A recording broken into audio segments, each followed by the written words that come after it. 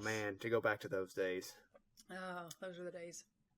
So yeah, we start with cow fucking. In the morning, I'm making waffles. Whoever said orange was the new pink was seriously disturbed. And when it comes to huge openings, a lot of people think of me. Just call me a fuck ass. Brilliant. Scary.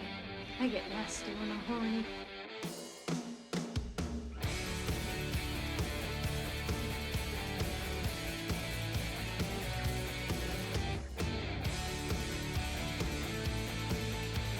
Welcome to Not Another 2001 Movie Podcast, a show exploring movies released during the first year of a chaotic century. And today we're talking about hockey.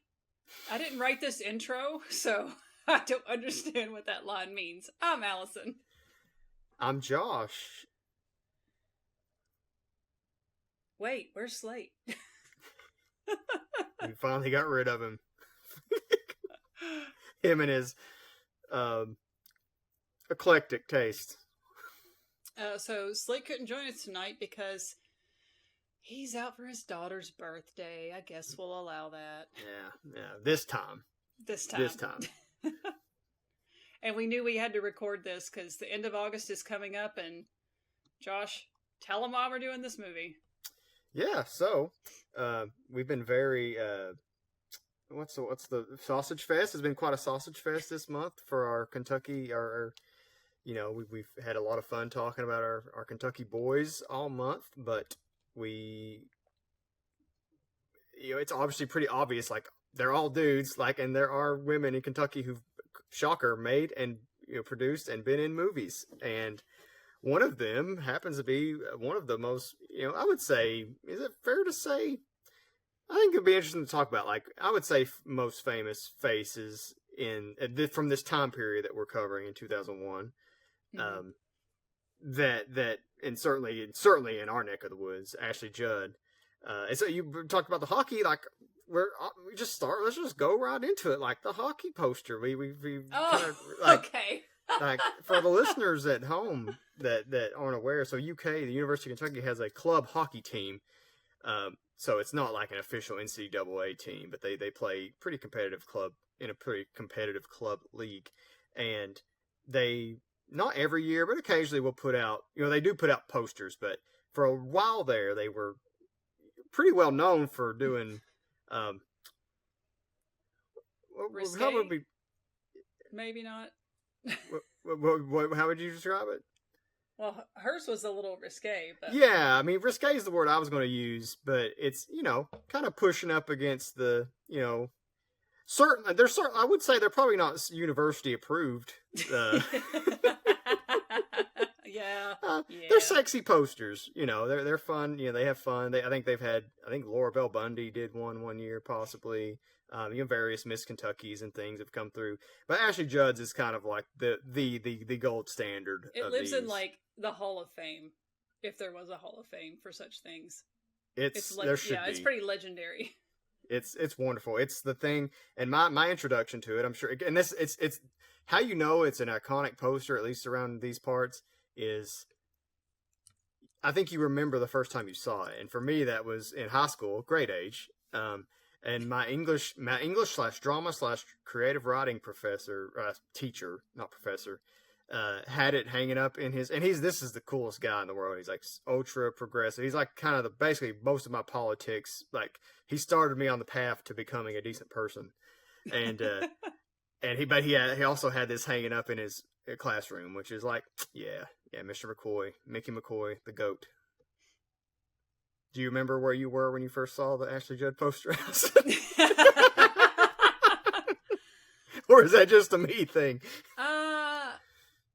I'm pretty sure I saw it like at Kennedy's bookstore because I came in the year 2000, which is right after it came out. But yeah, it was like 99 or 98. I feel like I remember seeing it on the wall when I went into Kennedy's to get my books.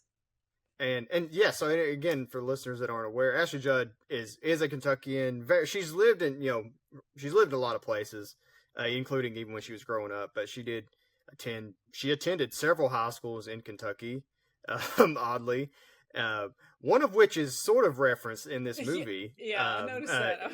They kind of played around with the geography, but it is referenced in the movie, which is kind of fun that we're talking about today. And so I should say that movie is Someone Like You. What are you doing? Nothing. Whoa, what's this? Amygdala, a.k.a. erotic nose brain. Give it back! Woo! An organ located in the nasal cavity which connects smells to memories.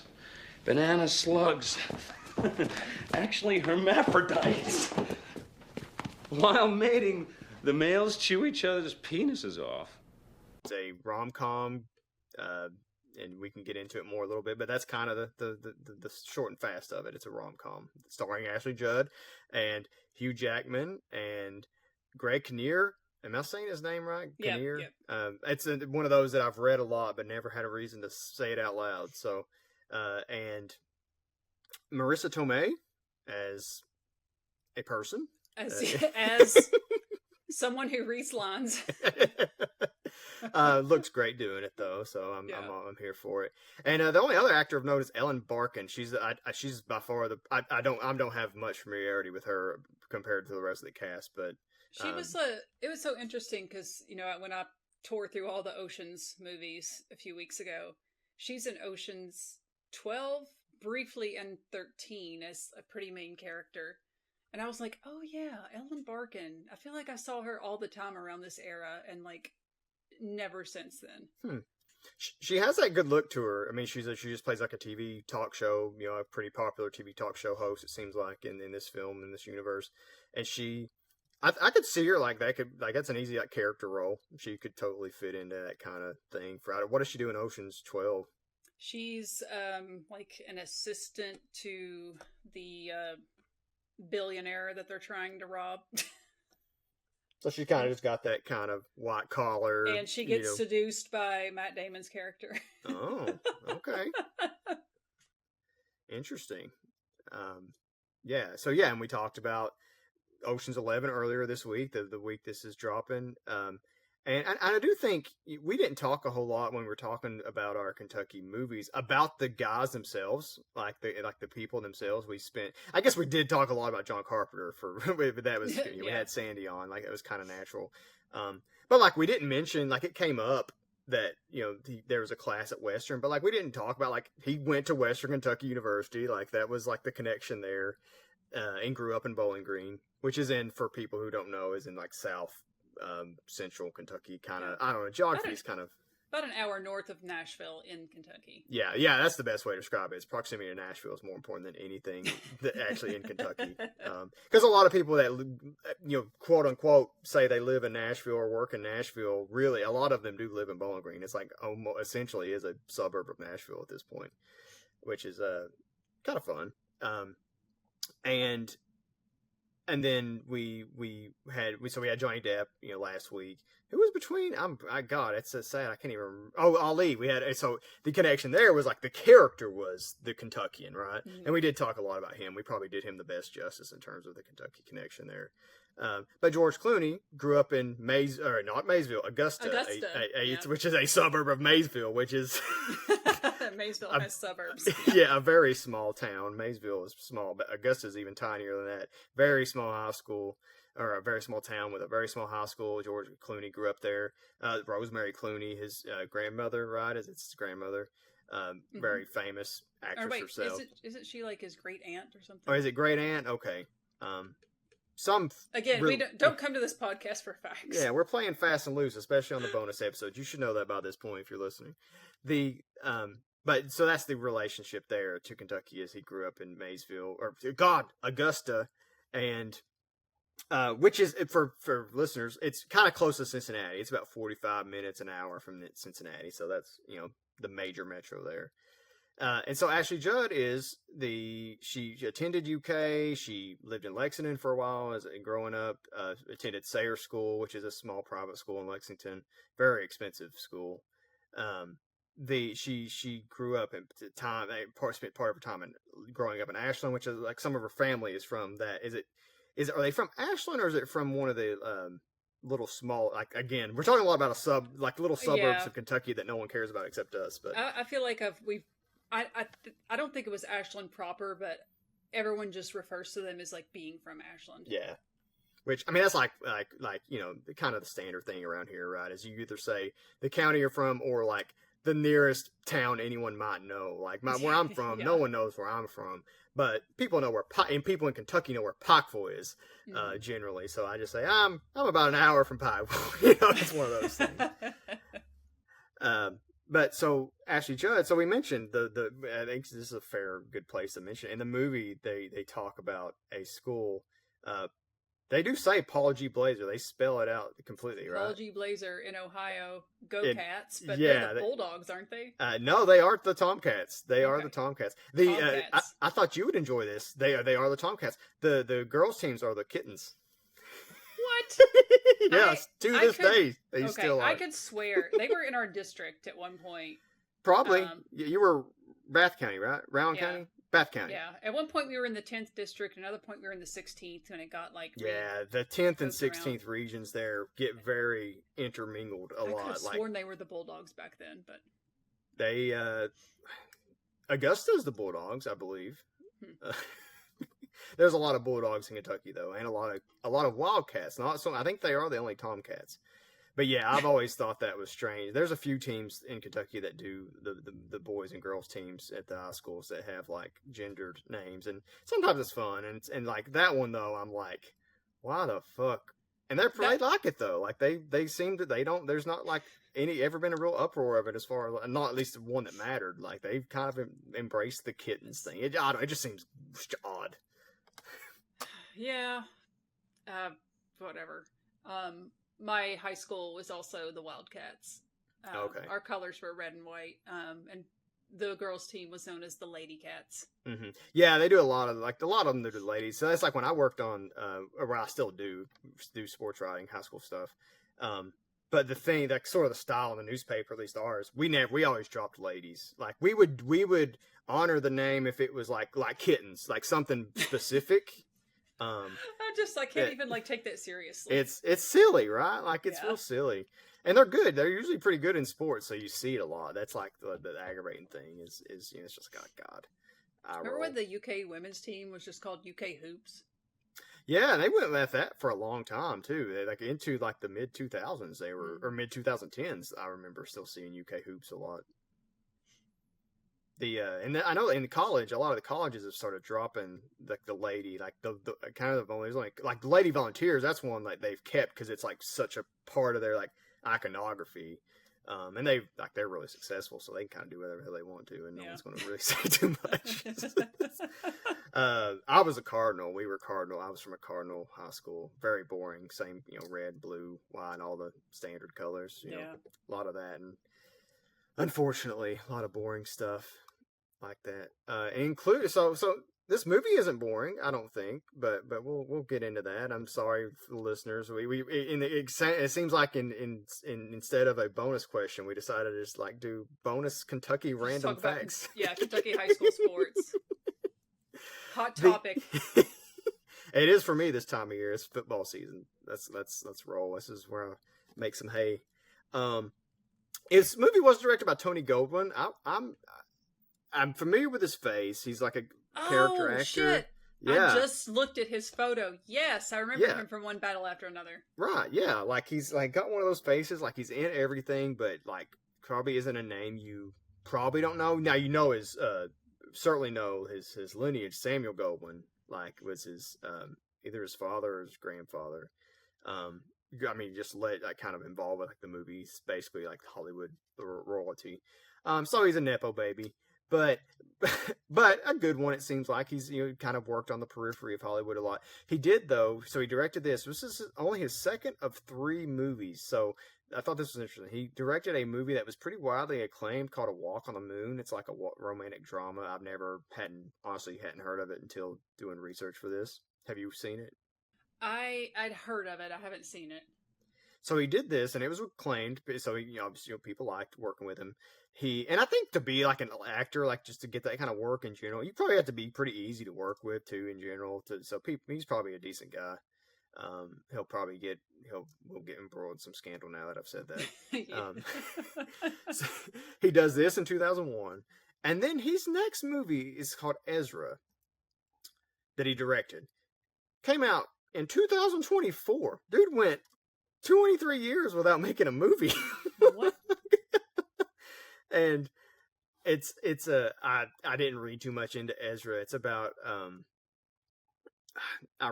can't even remember what I read. I didn't even write it in the notes. I think that it's like involves an autistic son, and it's like kind of like a slow kind of moving drama. But I mean, Rose Byrne's in it, Rainn Wilson, Robert De Niro. I mean, it's Vera got a Farmiga. Yeah, it's decent, got a good cast. pretty good cast. So, you know, so whatever. It's quite a long stint between movies, but he got a SAG nomination for a movie that we talked about earlier this month.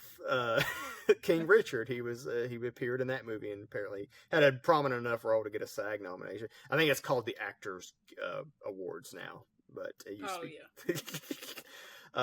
So he was in 1997's Kiss the Girls, which I bring up for two reasons. So that movie, Ashley Judd is in that movie, so they probably made each other there. But also, there's a sequel to that movie, a pseudo-sequel, called Along Came the Spider. Along Came a Spider with Monica Potter. Yeah, so for a long time, I had that circled as the movie we would talk about with Ashley Judd in it, because I just thought she was in this Along Came a Spider, including having looked at the DVD cover and thought, yeah, it's an Ashley Judd movie. And Yeah. Nope. Yeah. Because I knew she was in Kiss the Girls, and it's a sequel, and I'm like, oh, it's her. Like, does she play the same character? I don't remember. Honestly, watching this movie, I was like, man, this makes me want to watch Kiss the Girls again. It's been a long time since I've seen it. Yeah, and that was kind of like the movie that really, she'd worked in a lot, some stuff before that, but that was sort of the one that's like, she's an also it girl. mention Ashley Judd is part of a very famous family. Yeah, in a little country bit. music. Yeah. Kind of buried the lead there, especially for me because I'm the country music person. The Judds, Winona, Naomi. Is there another one? There's a? Oh man, I feel like I'm forgetting one of the. I feel like there's another sister. Now I gotta Google it. I was never a big like the Judds person, but I do like Winona. Some of her stuff just solo. She's fun. I saw her at a music festival here in town a few years ago. Pouring rain. It was a great way to watch Winona Judd out there doing her thing, and still it was great. I mean, really entertaining. She put on a really good show. Goodwin, the only other fact, the kind of fun thing I had about him, the same year his first movie came out. Jesus Christ. You can tell this is a bonus episode. He also made his voice acting debut as Tarzan in the Disney Tarzan movie, which is fun. He also did it, and he followed up and actually did voice the character in a few video games, including Kingdom Hearts, which is a very, for me, a very formative game. I was going to say, I never played that game, but I remember it being everywhere. Yeah, it's got a little, and there's a new one coming out. Kingdom Hearts 4 is coming out later this year or next year sometime. People are pretty excited about that, and I think Disney just announced they're doing an anime series on Disney Plus or something. So I'm sure that'll be as confusing as the rest of the lore. The screenwriter on this is Elizabeth Chandler, a woman who hasn't worked a whole lot since this movie, but the movie she's written, What a Girl Wants, that's an Amanda Bynes movie, and Sisterhood of the Traveling Pants, which is, I think, another thing we've, at some point, has come up on this show. So, pretty notable things. Honestly, those are probably more known than this movie, I would guess, in terms of just things you might recognize.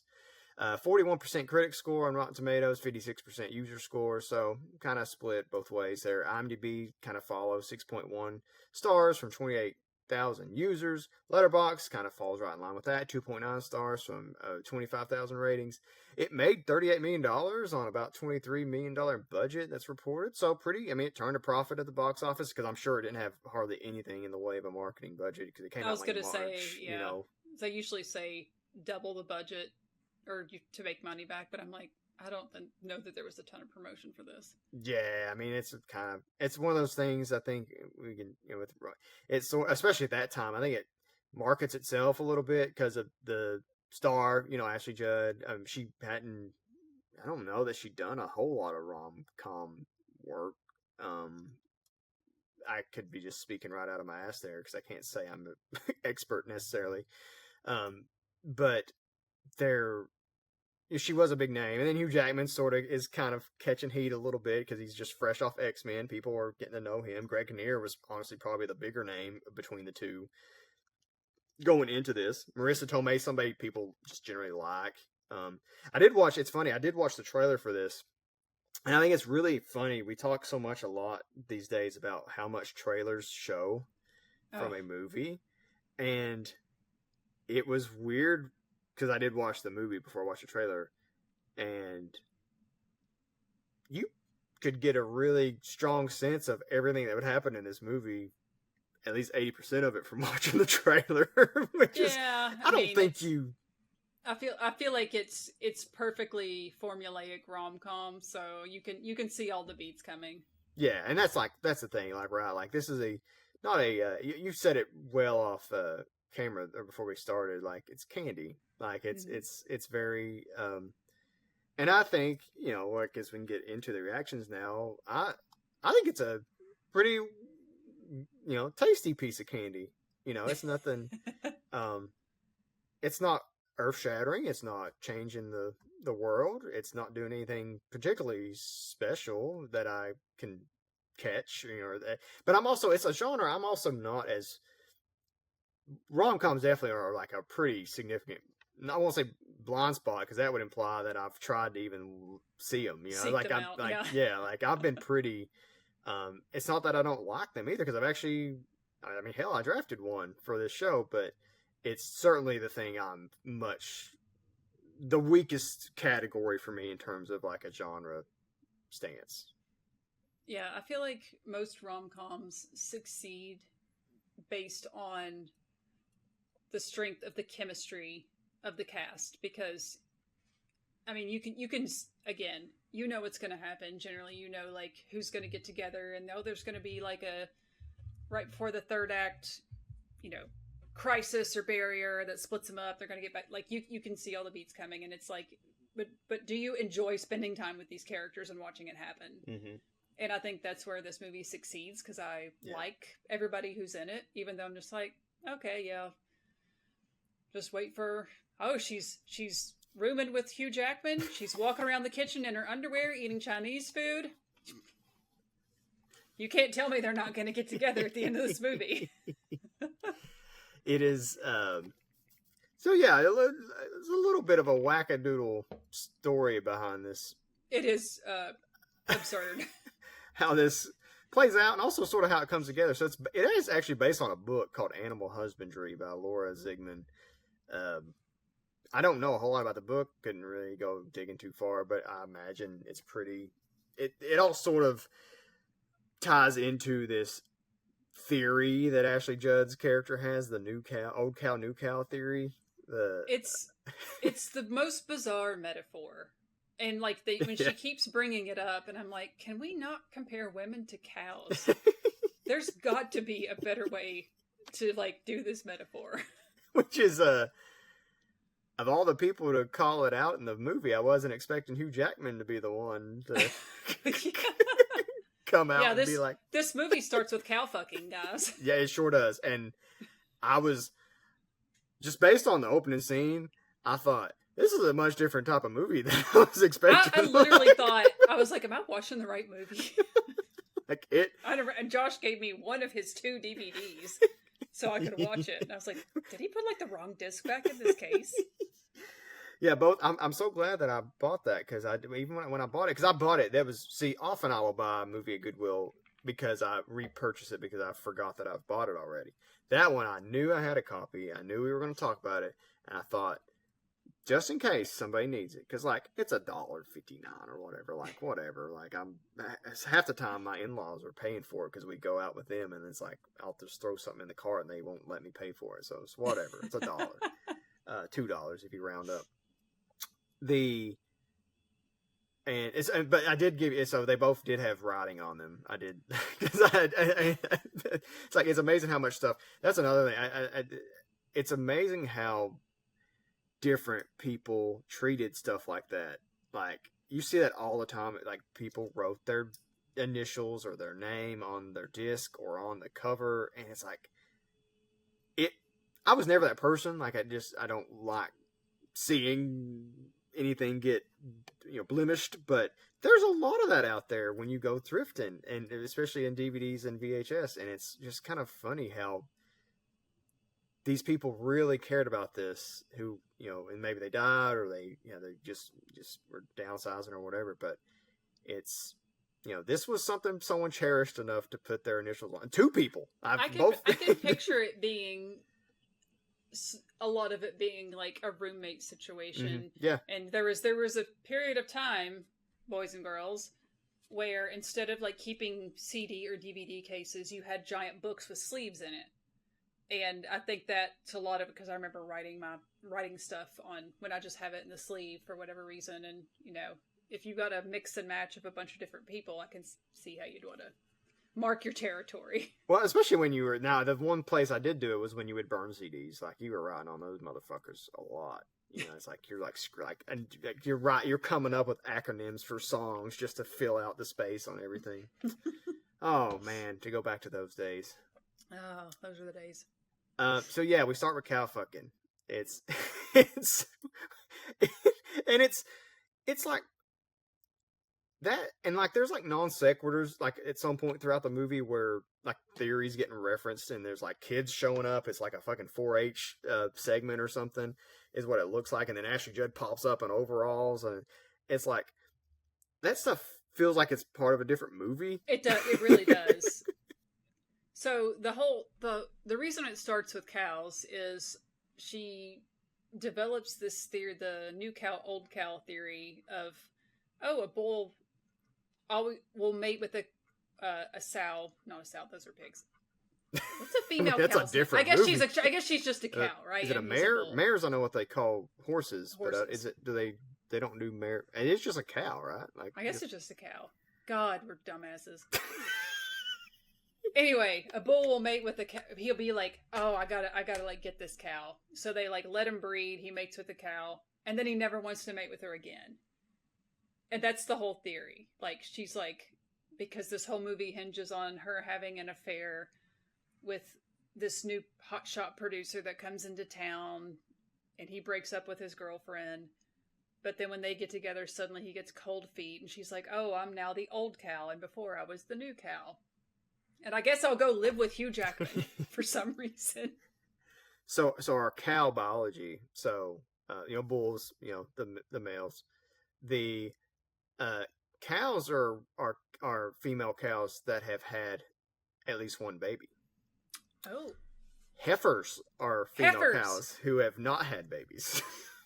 Seems like those things would be flipped in people's minds. But I did know that, actually. I grew up on a horse farm, so ask me about horse biology. I might know something. Well, we'll save that for the OnlyFans. When did Seabiscuit? That came out in 2003. Seabiscuit. There's a horse movie in 2001. The theory, obviously it's silly, like rom-com framing thing, and she comes up with this theory, by the way, and it's like something she becomes a magazine columnist discreetly.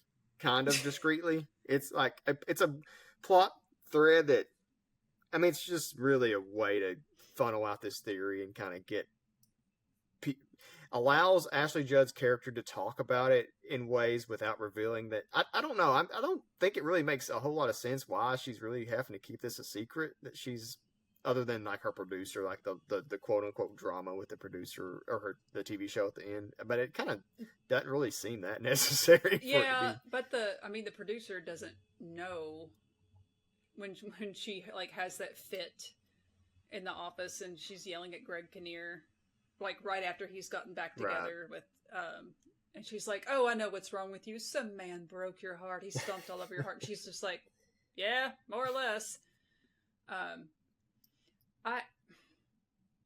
It is very weird. And then the fact that, so she's writing for Marisa Tomei's magazine, and I guess she does, Ashley just does say, she's like, I'm just some dumb bitch who's gonna listen to me. And I think that they're like, oh, we need to make up this like prestigious Yeah, a doctor. researcher. And you have to be older too. Like I think that maybe that's like the idea. Like these pearls of wisdom can't come from a 28-year-old. 27-year-old, yeah. Like they have to come from a woman in her 60s. And the most hilarious part is, for some reason, they decide that they need to see people need to see a photo of this fake, and they just find like an obituary of a woman who died, and they're like, she doesn't have any family. This is perfect. Things that they were right on the cut line of like being able to get away with this. Yeah. By the way, like you give this a couple more years, and you're getting found out fast. Yeah. It's a silly little movie. Ashley Judd's character falls in love, and it's requited. It isn't unrequited necessarily with Greg Kinnear's character. He's like a hotshot producer who's come in to save or do something with the TV show. She's a production assistant on this talk show, and she and Greg Kinnear hit it off, even though he's been seeing someone for a long time. But it sounds like months or years, like it's like 3 years, right? I think it's 3 years they've been together, and he hasn't popped the question yet. And so Ashley Judd's like, woo, and they end up having an affair and hooking up and moving in together. And she's doing a lot of like moving in with men really fast in this movie. Like she Yeah, and he does break up with the girlfriend who happens to be the producer. We reveal much later. Ellen Barkin's character, but he does say, or she's like, "Oh, did she say anything about me?" And he's like, "Well, I didn't tell her that." And she actually took it really well. He seems insulted that she wasn't more heartbroken, I guess. Yeah, because I think partly when we find when she has that exchange with Ashley Judd's, I keep saying Ashley Judd's character. Her name is Jane Goodall. Because they make a whole point of like the woman who studies apes or gorillas or whatever. Yeah, they do. That's your link, right? That's like your thematic. Like, we're going to really hit you over the head with this thing. And they thankfully do get the joke out of the way really fast and early. Like, it's like literally maybe the first joke in the movie, so they at least get it out of the way. When she and Ellen Barkin are having that conversation about like, oh, some man broke your heart, right? It's like she does come off as the Barkin character, the TV show host, as like a what do they say, like a boss bitch or whatever. Like she kind of has that like vibe about her. Like even before that, like sort of was a phrase, even, or at least to me. Like so she sort of, I kind of like that, like because it kind of tracks with how she allegedly treated Greg Kinnear's character. Is like, okay, whatever, like she's like, I'm gonna she move even on, says like, oh, a guy broke up with me 6 or however many months ago. Did you even notice? That's because she's lecturing Ashley Judd for being very emotional in the workplace, and she's just saying like, I didn't care when some man tried to break my heart. Mm-hmm. Yeah, I'm cold and still resolve. Yeah, Greg Kinnear is infuriating in this movie, but that's his character. He's supposed to be. He's so wishy-washy. He just wants something that he can't have. At all times. Or shouldn't have, yeah. Yeah, that's his, like, defining character trait, I think, is he can't be satisfied with what's in front of him. And what's in front of him, by the way, is Ashley Judd. Who, like... A 2001 Ashley Judd. Yeah, like, really, in her prime and running around in her underwear in this movie. That's probably the best scene in the movie. Doing cheers? Yeah. Not just because of, she's in her underwear. Like, I dig that. But, like, I mean, Hugh Jackman's in his underwear, too. Like, this scene, like, you got two fucking people, like, that are, like, two of the biggest stars on the planet in their underwear. Just casually, like, they're not doing anything. They're just in the kitchen. I was like, who does this? Who does this? It's more people need to, because it was awesome. I will say, like, the thing, seeing Hugh Jackman in his underwear, and he looks great. Okay, but like the way he looks now when he beefs up for movies is grotesque to me. It's wild. And it's just such an interesting, over the years, how like oh, you got to go bigger and bigger and even more defined, and it's become literally a cartoon. And I'm like, this should not be considered some sort of ideal body standard, because this is not good. He looked good in this movie. Yeah. I mean, he looks jacked in this movie, but not like jacked like what we think. He just looks very physically like an fit. achievable level of jacked. Yeah, he looks like he looked in Wolverine, like as Wolverine in the first, like that, and really more akin to what Wolverine really is as a character. Like, if we want to really get nerdy about it, like, it's not like he's this massively, I mean, I guess there's ways he's drawn in different comics or whatever, but like, he's a small, diminutive character, you know? But with a good physique, and it's like, yeah, it's like, you can look, if you were a man with body issues in 2001, you could look at this version of Hugh Jackman and think, I could be that, or I could get close to that. Like, it's, you know, it's not unattainable. I'll follow the workout program he interviews for, like, when he's doing his interview with Men's Health, and they always, like, inevitably have him talk about how they trained for movies. You're like, I could do that. Yeah. And it's, I mean, yeah, he's just sitting there on the countertop in his boxers, shirtless, watching Ashley Judd. Not shirtless, she is wearing a shirt, but she's in her panties, cheerleading, which is... While there's another woman half naked in the bedroom behind them. That's another strange thing. It's like, I don't know. I never walked around just in, like, a short t-shirt and my panties. Just ever, even alone in my house. I just find that strange, but... Yeah, I don't. Well, I don't say never, because I'll go, I'm revealing way too much. I'll go for runs and then just, like, leave clothes outside, and just, so I am naked in the house a lot. Not a lot, but, you know, but not like going to bed and waking up in the middle of the night, because I can't sleep, because life's just been so hard for me, Ashley Judd, that I gotta wake up and start eating leftover Chinese food in the middle of the fucking night. And Hugh Jackman in there with some supermodel walks. I can't sleep either. I need to come out here and watch Ashley Judd eat Chinese food. Then perform a cheer for me. Yeah, start waxing, going on about their high school days, and I don't even remember what triggers that conversation. But it's fun. It's fun. It is all very silly. There's no working around that, right? Like, it is all very silly. Like, the big thing with Hugh Jackman's character we haven't mentioned is he's like a womanizer, like, or classic one. Well, I say womanizer, and that is ostensibly what he is, but he's at least, like, transparent about it. It seems like, and he's transparent in a way where he's not a total jackass. So the thing that I kept thinking about watching this movie was, I don't know if you've seen The Ugly Truth with Gerard Butler and I don't think so. Katherine I know what you're talking about, though. I'm familiar with the. I consider it one of the worst movies I've ever seen. Oh no, I haven't seen it, because I think you talked about it on Shallow Hal. Yeah, we haven't. Yeah, I haven't seen it.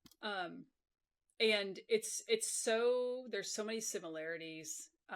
He's like a big, like, bro, like, TV personality, and she's, like a feminist, like, TV producer, and they, like, butt heads, so they end up being on, but he's so, like, I'm a womanizer. I love women, I love sluts, and I mean, it's just like, it's so over the top, and he's just so repellent. And then on the other half, Katherine Heigl is so shrill, and the comedy is supposed to be like, oh, they have to, like, do this show together. And this was a much more relatable version of that, where, yeah, he's a womanizer, but he's not a total jackass. He's not, like, even from the moment, like, from the first time you see him, he's is he the one? Oh yeah, he's like just slept with somebody, or like he's like very quickly you right away know, like, oh, this guy is like kind of this kind of character. But the way he and Jane interact in this movie, his name's Eddie in the movie, Hugh Jackman's character, and the way Eddie and Jane interact with one another, you can tell she has this distaste for him, or at least kind of what he's about, but that she likes him. Like, that she's someone that, yeah, she doesn't love how he acts, but she doesn't, I don't think, perceives it as, like, necessarily detrimental enough to where he's like, oh, this guy's kind of like, he's fine, like he's harmless. I hate him. I hate how he acts, but he's harmless. Is kind of the vibe I get from how they interact with one another. Or kind of like when, like having a friend who smokes when you don't smoke, and you're just like, oh, this is disgusting. I'm not going to be around this. But like, all right. Yeah, he makes me laugh, every now and then. That's how I feel. I glossed over it in the intro. I forgot to put it in the notes, but I did have it in my like personal notes while I was watching the movie. Linda Orpst is a producer on this movie, and I just wanted to highlight her because she was fairly involved in a lot of things that people have seen throughout the years. Sleepless in Seattle, Flashdance was something she was on. Contact was a movie she had a big involvement with. How to Lose a Guy in 10 Days, which comes out just a couple years after this and was massive. Mm-hmm. And Interstellar was like the last big movie she worked on, and she received a posthumous Trailblazer Award from the Producers Guild of America just last year. Because I guess she was a very, like, one of the first women, like, female producers that really kind of was able to start getting involved and moving up the ranks and doing stuff and opening doors for people. So just wanted to make sure she got some shine on a podcast that few people will ever listen to. But all 7 of our listeners.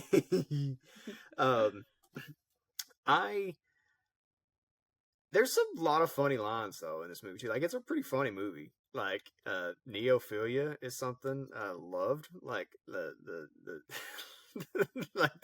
she accuses is it neophilia or neophiliac that she calls Eddie in the movie.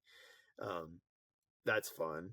The women who eat thing, that's part of the Chinese scene, or it's either part of that scene or a different scene later on in the kitchen where like, are you like like she like has that whole exchange about what you're like what you don't like women who eat. Like, yeah. Oh yeah. God, that was weird. I'm trying to think of how the conversation went, because I was like, how did she get here? He says he broke up with, or I ended it with this girl, and she takes it to, did you break up with her because you didn't like the way she ate? Or yeah, I was like, we are making a bunch of leaps here. I don't know what's happening. We did have a random our second Tony Robbins appearance. Yeah, he apparently he's not in the movie, but he's referenced. You hear in the background, they're like, Tony Robbins is online too, getting ready to come on their show. And Gerard Depardieu is referenced, French actor. Oh, when was that? What was the context? That was when Greg Kinnear is like, oh yeah, I actually saw his movie, and it's about this man whose marriage falls apart, and that's when she like gets up and starts yelling at him. Like, you'll give a shit about it when it's some chubby French guy, but I didn't catch that. That's funny. Yeah. I really like Marisa Tomei in general, so like she's I do too, but she is I won't say she's the worst part of the movie, but her character is a nothing character though. Like, she's not, other than the fact that she's used as a plot device for like the magazine thing, she is doing nothing in this movie. Like, even her like character, like, okay, like she's kind of like the like crazy, like just kind of obsessed. Like, she's like the quintessential like worst. Like, when you think of rom-coms, I think like a lot of people like, this is the character that's in these movies sometimes that you just like hate or not. Like, it just doesn't do anything to really, other than just like being man obsessed. And I feel like this character is usually the comic relief. Yeah, and she's not. She's not doing anything. No, but like she's crying in one scene and then hiring Jane to, be a fake old lady writer. Yeah, it's a weird. I'm fascinated. I'd be fascinated to know how she got involved with this in this part, because it feels like a part. It feels like it should be a smaller person, like a smaller actress, like someone that we would recognize now as like being a significant person, but who would have been like a nothing then, like, because not that Marisa Tomei is like the biggest actress in the world, but like she's a name, and she's certainly had done stuff to this point that people like. This is a odd role, and it almost seems like a favor type thing, you know. Like it's kind of how it strikes me. I do like seeing her. I mean, I like Marisa Tomei. She is in a movie much more significant part later in a movie that we will talk about later in the year, in the bedroom. I did like though the scene where she gets left at the bar towards the end of the movie. It's pretty funny. That's like probably the first time like anything that involved her where I was laughing. That was pretty fun. I did also like when they start, you know, shocker, by the end of the movie it gets unveiled that Ashley Judd's character is this, you know, she is actually the doctor, whatever, the old lady who's been dispensing this wonderful advice about old cows and new cows. Syndicated at what you've been syndicated in 300 newspapers across the country, or something like that. What a dream! Oh, how I miss those days. Wish we could go back so bad. We did get I laughed. I don't know why. It probably wasn't even that funny, but like when they start unveiling that, and at some point it cuts to Hugh Jackman because he's a producer on the show. And it cuts to him, and just like the cigarette he's smoking falls out of his mouth. I don't know what just caught me off guard, but it was one of the funniest things that cracked me up in the movie. Like, I just wasn't expecting it. One other thing, like when we were texting earlier today about this, and I was like, this movie, like I felt like I was being transported back in time. Oh yeah, just because of the way I was like, this is what so many rom-coms used to be, and the score especially. Mm-hmm. Did that stand out to you? Because it stood out to me so much. It's like this, like very jaunty, like music in the background of so many of the scenes that I'm like, I just don't feel like you hear that anymore. No, it's that, and I think that's the thing. I think the bigger, yeah. I'm glad you steered us this way because it's really like this movie. You're either gonna hate this or love it, depending on like what your mileage may vary. Top movie, in my opinion. Slate isn't with us, but he did say he liked it. So I think we're all three in that boat. We all three had a good time with it.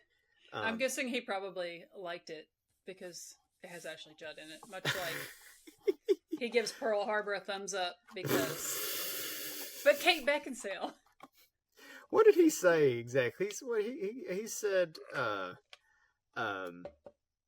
It was such a throwback. It was like a breath of fresh, recycled air. Yeah, yeah. That is the perfect way to describe this movie. And he did say he enjoyed it, and he said he looked forward to talking to it before this birthday thing came together. But what you said there about it, the score, kind of the jauntiness of it, I think the way it looks, the cinematographer on this, that was another note I made, that it didn't make it into the show notes. Anthony Barry Richmond was the cinematographer on Legally Blonde. And I was like, I don't see a whole lot of similarity between them. They do look quite different, but you can still, there's a aesthetic to it that is very much, it feels like, you're in a lot of these apartment buildings in New York that it's got like a gritty, like a soft grit almost kind of look to it in a lot of the scenes. And I think that between the score, that kind of stuff, the performances, I mean, the actors, like the chemistry between Hugh Jackman and Ashley Judd especially. I think even Greg Kinnear and Ashley Judd is pretty good too. But the character, so that everybody involved in that love triangle, it's just off the charts. And I think maybe that's the biggest difference. Like, because we have rom-coms still, but they're all like on Netflix, people you don't know. And it's not that these things shouldn't be things that launch careers, but it's harder to launch careers from a streaming movie versus something like this. And I think we're even seeing it like right now, that one night only thing is in theaters right now, and it's a rom-com, and it's a high concept rom-com. It's much higher concept than something like this, This is, you couldn't be, but that's what it takes to get in the theaters now, is for it to be a high concept, even if it's, kind of off the walls. And I think, I don't know, it does take you back, it does transport you, and when you watch this movie, it does feel of its time. But that saying sometimes that's a bad thing. But I think in this cases like this, it's a very much a good thing. You know, it doesn't because it's kind of timeless too in a way. And I was thinking about other. So I don't think Ashley Judd's been in very many rom-coms. I mean, the movies that I think of her for are like thrillers. Yeah. You know. But I was thinking about the other rom-coms of this era, and you know, Jennifer Lopez and Kate Hudson kind of became known for doing them and being very successful at it. And I was like, it's them. It's the chemistry between them and whoever their lead is. And, you know, all the plots are just absurd and cookie cutter and throwaway, but it really is, you see it because you want to see them. Yeah. I mean, you had, you mentioned J-Lo, right? Wedding Planner was this year, in 2001. Bridget Jones, we'll be talking about that later in the year. Serendipity is something that we might do as a bonus episode at some point. Oh God, that movie's awful. Oh, really? So I've not watched it. I don't like that movie. My former boss, Kate. Slate's gonna love it because it's got Kate back. Oh, it does have Kate. So yeah. okay, me and Slate will do it with my former boss. He retired from the Lexington Herald Leader. He mentioned it as a movie that he liked and would want to maybe join it. So I was like, okay, interesting. It could have gave me would have never dreamed that he would have said Serendipity. Kissing Jessica Stein is one that I have and would like to watch, and maybe we could do that. I've never seen it. I would want to. Yeah, it's like interested in doing that one. Like a queer romance thing that I had never heard about till we were watching or putting together this show. The main one though I wanted to bring up, and I haven't seen it, is Kate Leopold, which also stars Hugh Jackman, and it's brought up a lot in reference to this, obviously, because he's in both. I've seen that movie a lot. Meg Ryan. Okay. Meg Ryan, known for, but I feel like this was kind of the tail end of her rom-com career. The Kate Leopold was, but it's a time travel. It's kind of high concept. Yeah, Hugh Jackman is a gentlemanly figure from like the 1800s who gets to present day and hijinks ensue. That sounds fun. It's got Liv Schreiber in it.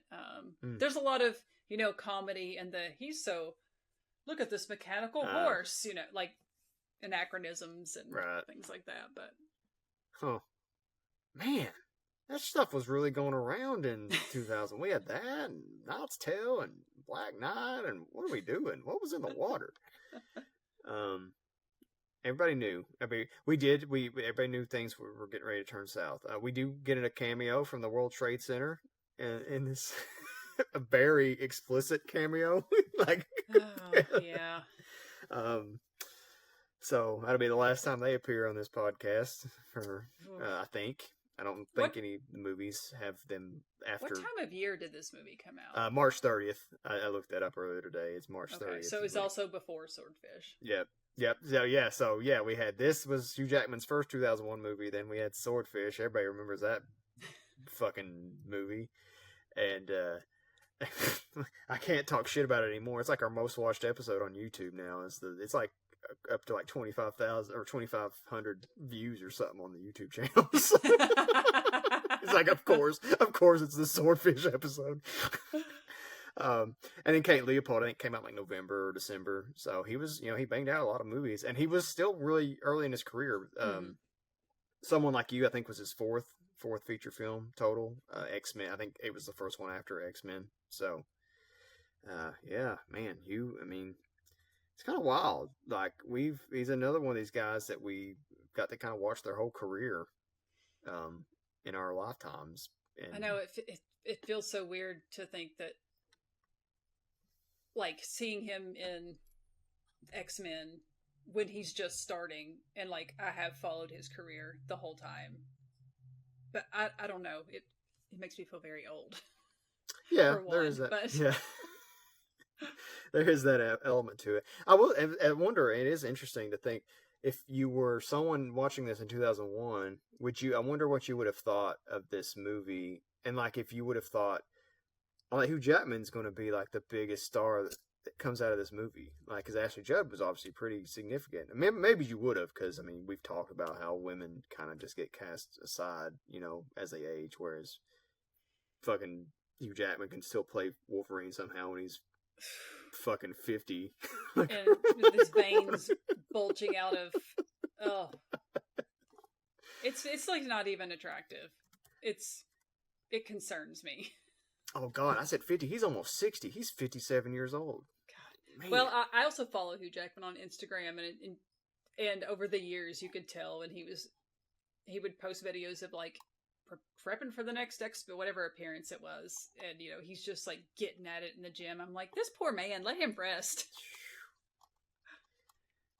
I just was curious. I did a quick, God, I'd have to count. So, according to Wikipedia, and again, these are how they categorize things can be interesting. But this says there are 81 rom-coms released in 2001. and this does include worldwide, but most of them are American movies. I'm recognizing a bunch of them. Get Over It, Say It Isn't So. Get Over It's actually a movie I remember quite liking a lot. It was one of those movies I watched a lot with my sisters growing up. Yeah, I think it's like Kirsten Dunst. Yeah, Kirsten Dunst. Yeah, I like that. Now again, they have Down to Earth on this list, which I guess it kind of is. I mean, I don't know if they have. It doesn't look like they list Shallow Hal again. That's something I think if the people that are really into rom-coms, I think would that's where you would get into the kind of the quarrels of like, because I think the average person might say, yeah, like Shallow Hal's a rom-com. Like and I might have even said that at some point. Now, when you watch it, and then you kind of like when you start really looking at the tropes and like kind of the things people that really love this shit like want out of a rom-com, I think they'd probably shoot you for saying Shallow Hal was a rom-com. Yeah, like that's what I see a lot. I see people describe Bridesmaids as a rom-com. Oh, I'm like, it's not. Like I don't. Shallow Hal's more of a rom-com than Bridesmaids. It definitely is. Like Kristen Wiig's what's his name? Chris O'Dowd is such a minor subplot, and I don't even think that I can't remember her character's name. Maya Rudolph's husband, who she's getting married to, I don't even think he has a single line.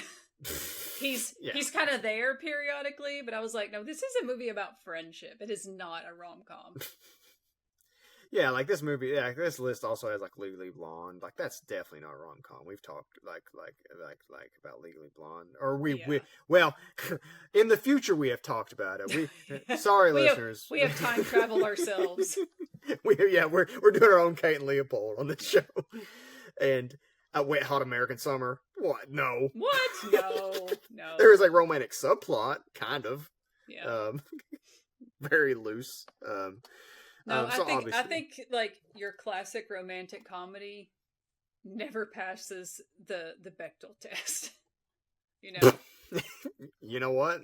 Honestly, that might be a feature. Yeah. I think that's a feature, not a bug. Where like every time there's two women in a movie sharing a scene, they got to be talking about a man.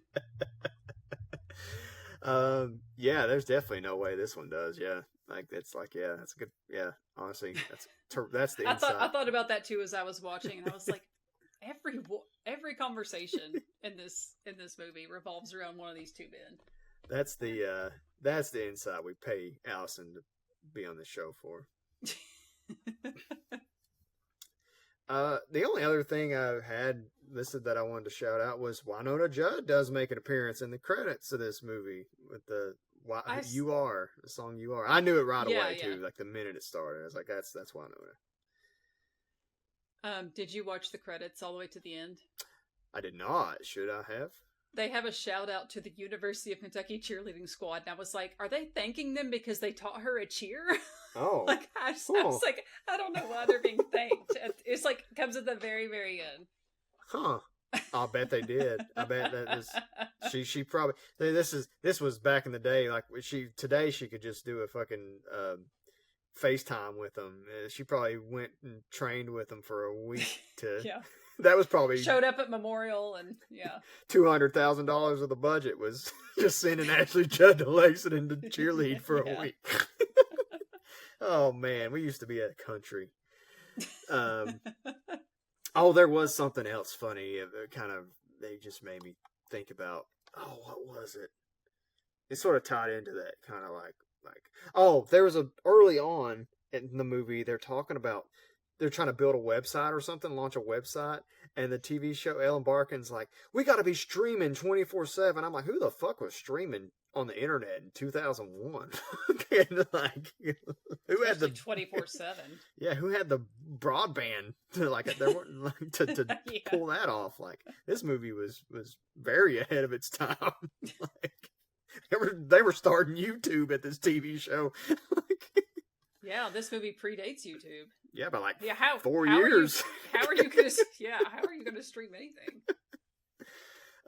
So give it, credit for that. I guess we can, do you have anything else you want to talk about in the movie? I'm trying to remember if there's anything that. Oh, I will say my personal favorite scene is after Greg Kinnear has broken her heart, and they work together, so she has to see him all the time. And she's sitting at her desk, like, angrily typing away. And he comes in, he's like, hey, I stopped by that cafe and I bought you a sesame seed bagel toasted just like you like it. And she picks it up and chucks it across the room. And just, like, the whole interaction made me laugh so hard. And then when he left, it stays focused on her. And I thought for sure she was going to get up and go get it and eat it, because that's what I would have done. I would have made a show of throwing it and been like, fuck you. And then as soon as he left, I'd be like, but I am going to eat this bagel. That's fun. Yeah, I like how they handle that, honestly. Like, they kind of, she's still pining for him a bit throughout the movie at times, but she's pretty like, yeah, fuck you, dude. Like, it's Yeah, and then when she does have some self-respect. She does just, like, kind of gets convinced into maybe, like, giving him a chance and going on a date, and of course that was another part that was funny. She's in this nice dress on New Year's Eve because he's supposed to have called her to go on a date, and he never calls, so she's just, like, sadly sitting at home watching the news, and then the newscaster is talking about her. I can't. Oh, yeah. I think like, he's basically narrating the movie. Like, it starts as real news, and then he's like, in other news today, Jane Goodall was stood up by Ray, whatever. And it was like, this is another one of those, like, surreal moments that you could see this happening in a different type of comedy. Because you're like, is she just hallucinating? Because, I mean, she's not drunk or anything, so it was kind of a weird, a interesting moment. Those things felt like things that, like, probably are from the novel in some way, that get, like, and they're probably, like, a bigger part of, like, the character in the novel. And I don't even know, I assume the novel is like a romance, but, it could be a completely different kind of tone of book too. That did remind me, though, of a thing I thought, like, beyond even the cow fucking, like, the weirdest thing in this movie to me is she's, like, at some point visiting a therapist or a doctor, or she's dreaming that she's visiting a doctor who is, like, she's asking the doctor to remove her amygdala so she doesn't feel emotions or something. Like, what the fuck? And I don't know if it's in the context of the movie, if it's a real scene or a dream, or like, you're left to figure it out on your own. Yeah, I mean, like, the main movie itself is more or less based in reality.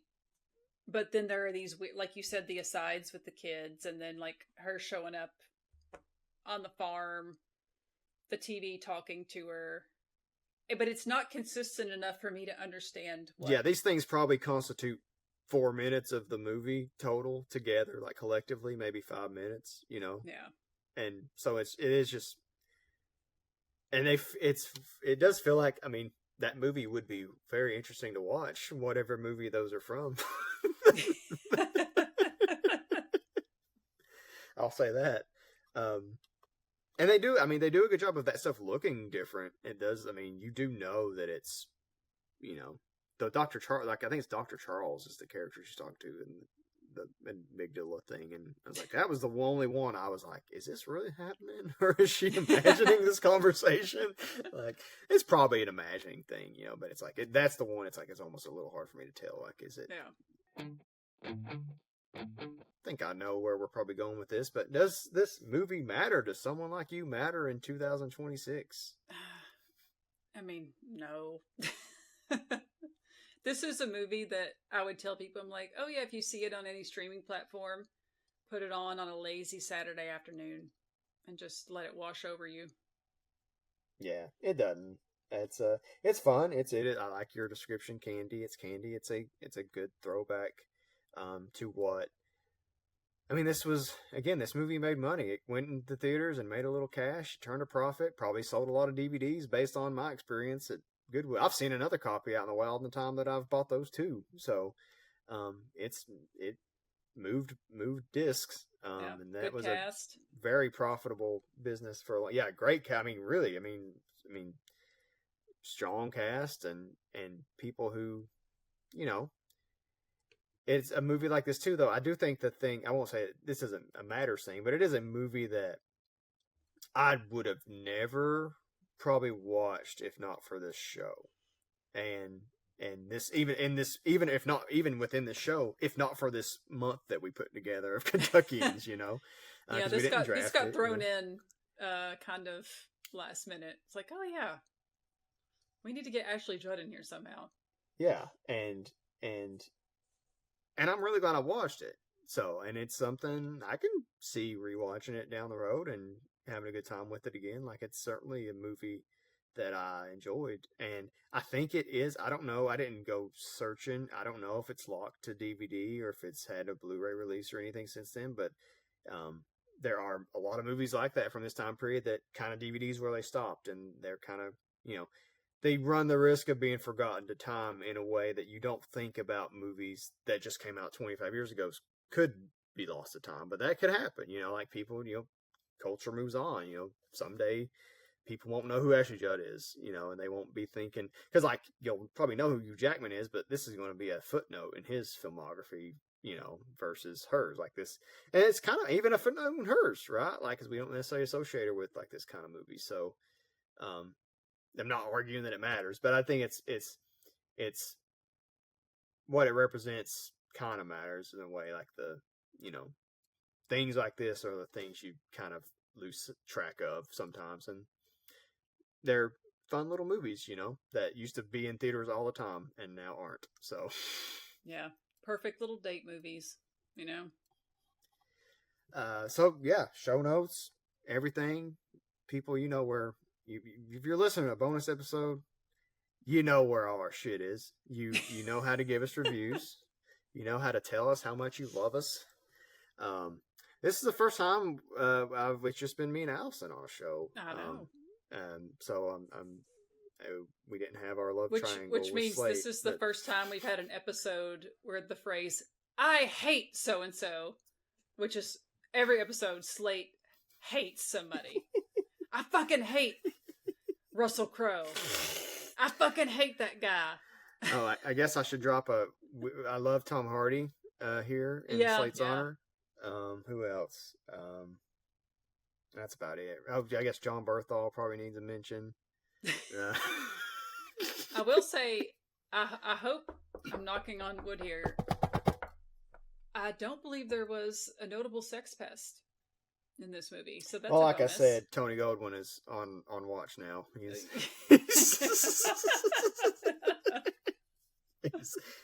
oh man. I did want to, before we get out of here, just kind of highlight, like, Ashley Judd was here we go. Here's how we get sex pests into the episode, Allison. Thank you for the jogging my memory. Harvey Weinstein. Yeah, her career kind of went south because of Weinstein. Like, there were allegations, like, where she, did make allegations against him, and, he had power. He was, he could end or halt people's careers, and there's a lot of reason to believe that she was probably among the people whose careers were stunted because of him. So fuck that guy. And shout out Ashley Judd. She's been very she's a very big humanitarian and very progressive person politically, which I'm obviously a fan of. I will say I checked this to make sure that this was true because I was thinking this was true. She was considered for Lord of the Rings. Oh, I'm guessing she probably would have played Arwen. yeah, but Peter Jackson did later say that she was blacklisted, both her and Mira Sorvino, and the Weinsteins told him that they were just a nightmare to work with as a retaliation for rejecting his sexual advances. So I hate that she missed out on one of the biggest movie franchises in history. And, Liv Tyler's fine in that role, but kind of would have loved to see Ashley Judd. Well, especially, she would have made more sense, right? In terms of a kind of just that more of that time period, someone that you would have been, wow, man, I did not know that. Wow. Yeah. Fuck those Fucking guys. Weinsteins. Anyway, I have a lot of respect for Ashley Judd just for being very open and speaking out about that. Yeah, she was a big voice in that stuff coming out, and I think there's, I wish I'd had it pulled up. I know there's a movie that's been made about, probably been a couple things made about that, where she is, part of that cast as herself, I believe. So yeah, shout out to her, obviously. She's, I think we probably think about her more than maybe the greater, wider society does, but she is someone who is, made a pretty big impact in several ways. So, of all the Kentuckians, I think she and George Clooney are the two that we've, at least this month, that it probably changed the world, the most, if we're going to use that kind of language. And I forgot to mention on the Ocean's 11 recording that, so my sister and my brother-in-law's from Maysville, so my sister lives now in Maysville, and oh my god, there's a restaurant, a nicer restaurant up on the river. I think it's called Caproni's or something like that, and we went there for somebody's birthday. I don't remember, and I looked over and I was like, that's Nick Clooney. Huh. So George was like, I saw George Clooney's dad at Caproni's. Yeah, Caproni's on the river. Yep. There's a really good, the Augusta, where they're from, has a cool little art fair every year. And there's a cool, if you're listening to the show and you're ever happen to be in Augusta, Kentucky, called the Beehive. It's a cool little restaurant out there. That's fun. So I can highly, and the art fair is cool. It's right on the river there. It's like an art fair on the river thing. That's cool. I guess it's not that crazy. If you're in Cincinnati or that general area, you could conceivably meander into this area of Kentucky that we're talking about. Cool. Well, we can, I don't have anything else to say. We can get on out of here and try to avoid getting caught in the kitchen without pants on. And I'm going to read the line you wrote to end this episode. Until next time, y'all, stay out of the barn.